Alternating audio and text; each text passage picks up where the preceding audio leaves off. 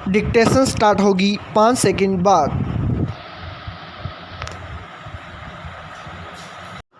Yes, देश में 81% बुजुर्गों के पास स्वास्थ्य बीमा कवरेज नहीं है। यह आकलन आईआईटी मद्रास की रिसर्च टीम का है। रिसर्च कहती है कि इस उम्र के लोगों को अपनी आर्थिक ज़रूरतों के लिए दूसरों पर निर्भर रहना पड़ता है। ऐसे में इनके पास स्वास्थ्यगत परेशानी के समय सुरक्षा का कोई भाव नहीं रहता है। इन्हें उपचार के लिए दूसरों के ऊपर आश्रित होना पड़ता है। उम्र बढ़ने के साथ किसी भी व्यक्ति में ब्लड प्रेशर, डायबिटीज और हृदय संबंधी बीमारियां आम बात है। ये बीमारियां न केवल महंगे इलाज की ज़रूरत पैदा करती हैं, बल्कि उन्हें आर्थिक तौर पर असुरक्षित महसूस कराती है। देखा जाए तो इन बीमारियों के इलाज में भी व्यापक असमानता है। आईआईटी की यह रिपोर्ट देश के हेल्थ सिस्टम की हकीकत को बयां करती है, जिसमें बुजुर्गों को लेकर कोई चिंता या फिक्र सरकारों की ओर से दिखाई नहीं देती। रिपोर्ट सुझाव देती है कि देश की सार्वजनिक स्वास्थ्य सेवाओं में अधिकाधिक निवेश की ज़रूरत है। कोरोना काल में लचर स्वास्थ्य सेवाओं के जिस तरह से उदाहरण सामने आए हैं, उनसे स्वास्थ्य क्षेत्र में व्यापक सुधारों की ज़रूरत स्पष्ट होती है। सवाल है कि आज़ादी के इतने साल बाद भी हम बुनियादी सुविधाओं में स्वास्थ्य सेवाओं को मजबूत क्यों नहीं कर पाए, खासकर तब जबकि एकल परिवारों की संख्या बढ़ रही है। बुजुर्गों के एक बड़े तबके के साथ उनके बच्चे नहीं रह रहे हैं। ग्रामीण इलाकों में स्थिति ज़्यादा चिंताजनक है। ऐसे में ज़रूरत है कि हम अपने हेल्थ सिस्टम में सभी नागरिकों के साथ बुजुर्गों की ज़रूरत को बारीकी से समझें और उसके बाद उसमें ज़रूरी संशोधन कर उन्हें सही इलाज मुहैया कराने की पहल करें। देश में सबसे बड़ी ज़रूरत बुजुर्गों की आत्मनिर्भरता को लेकर है। इसमें स्वास्थ्य सुरक्षा बड़ा सवाल है। यह तब ज़्यादा महत्वपूर्ण हो जाता है जब बुजुर्ग 80 या इससे अधिक उम्र के हो जाते हैं। देश में बुजुर्गों में से 27% से अधिक आबादी 80 वर्ष की उम्र पार करने वालों की है। इनमें ज़्यादातर बुजुर्ग गतिहीन होने लगते हैं। उन्हें स्वास्थ्य सुरक्षा कवरेज की अधिक ज़रूरत होती है। सभी बुजुर्गों को यह कवरेज कैसे मिले, इसके लिए सरकार को गंभीरता से सोचना होगा। बेहतर हो कि सरकार एक उम्र के बाद सभी के उपचार का खर्च वहन करे, जिससे उन्हें स्वास्थ्यगत ज़रूरतों के लिए दूसरों पर आश्रित नहीं रहना पड़े।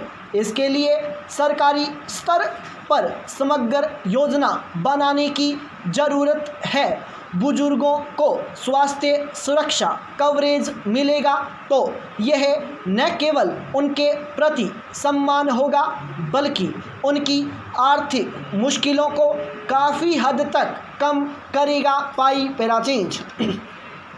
इतिहास हमें सिखाता है कि मृत्यु की तरह महामारियां भी निश्चित हैं। दुख की बात है कि हमने इतिहास से सीखना बंद कर दिया है। महामारियां न केवल हमारे बुनियादी स्वास्थ्य ढांचे को परखती हैं, बल्कि हमारे विकास के आदर्श, समानता और गरीबी की धारणाओं को भी परखती हैं। हम इन सभी क्षेत्रों में फिसड्डी साबित हुए हैं। इसीलिए हो रहे नरसंहार के लिए अकेले महामारी को दोष देना आसान ज़रूर है, लेकिन यह ठीक नहीं है। भारत में वर्षों से पौष्टिक आहार और गरीबी उन्मूलन जैसे मुद्दे वोट बटोरने के सिर्फ नारे रह गए हैं। अमेरिकी महामारी विज्ञानी जोसेफ गोल्डबर्गर ने 1915 में पेलाग्रा महामारी से उबरने में पौष्टिक आहार के महत्व पर प्रकाश डाला। गोल्डबर्गर को राजनीतिक नेताओं से अत्यधिक प्रतिरोध का सामना करना पड़ा। वर्षों बाद उन्हें इस क्षेत्र में अग्रणी के रूप में पहचाना गया। यह वाकया हमारे नेताओं के लिए एक सबक की तरह मानना चाहिए। जानकारों ने ग्रामीण भारत में ही गरीबी से लड़ने की बजाय शहरीकरण को उपयुक्त माना है। इन्हें इतिहासकार R.J. इवांस की 1987 की किताब डेथ इन हैम्बर्ग पर गौर फरमाना चाहिए। यह उस हैजा महामारी के बारे में है जिसने जर्मन शहर में 6 सप्ताह में लगभग 10,000 लोगों की जान ले ली थी। इवांस ने शहरी गरीबों के लिए साफ पानी, ताज़ी हवा और स्वच्छ भोजन के अभाव के बीच महामारी के संबंध पर प्रकाश डाला।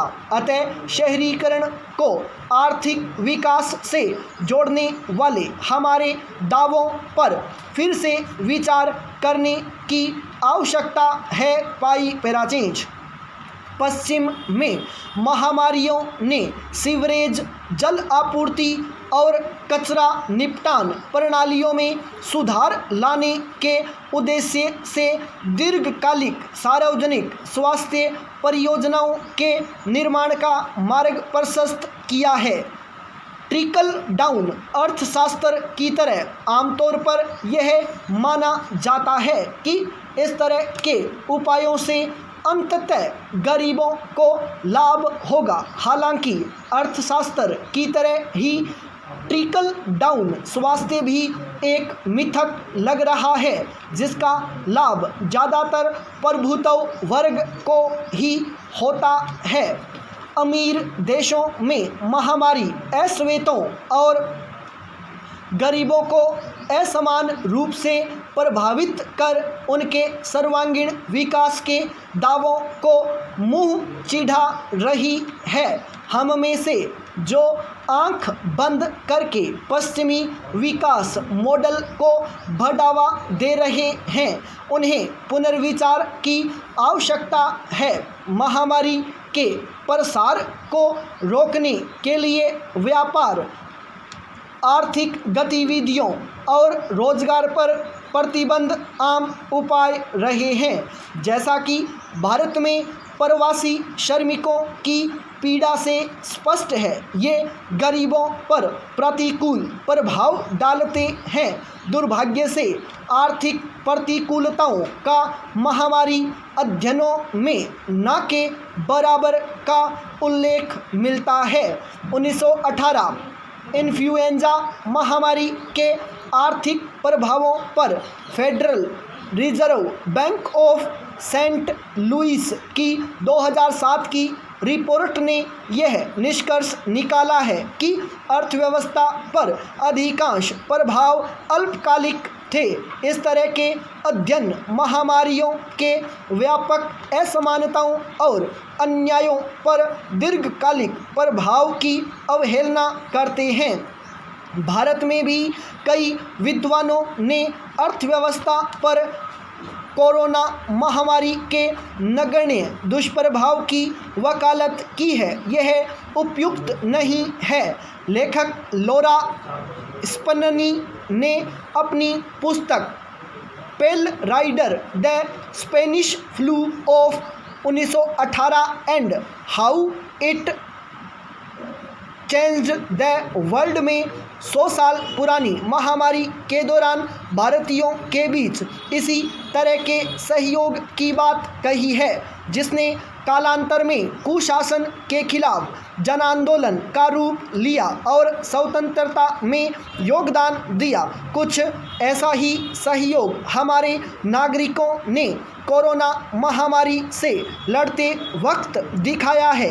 अगर नेता बुनियादी कमियों को पहचानने और दूर करने में विफल होते हैं तो नेताओं को केवल खुद को दोष देना होगा, न कि महामारी को स्टॉप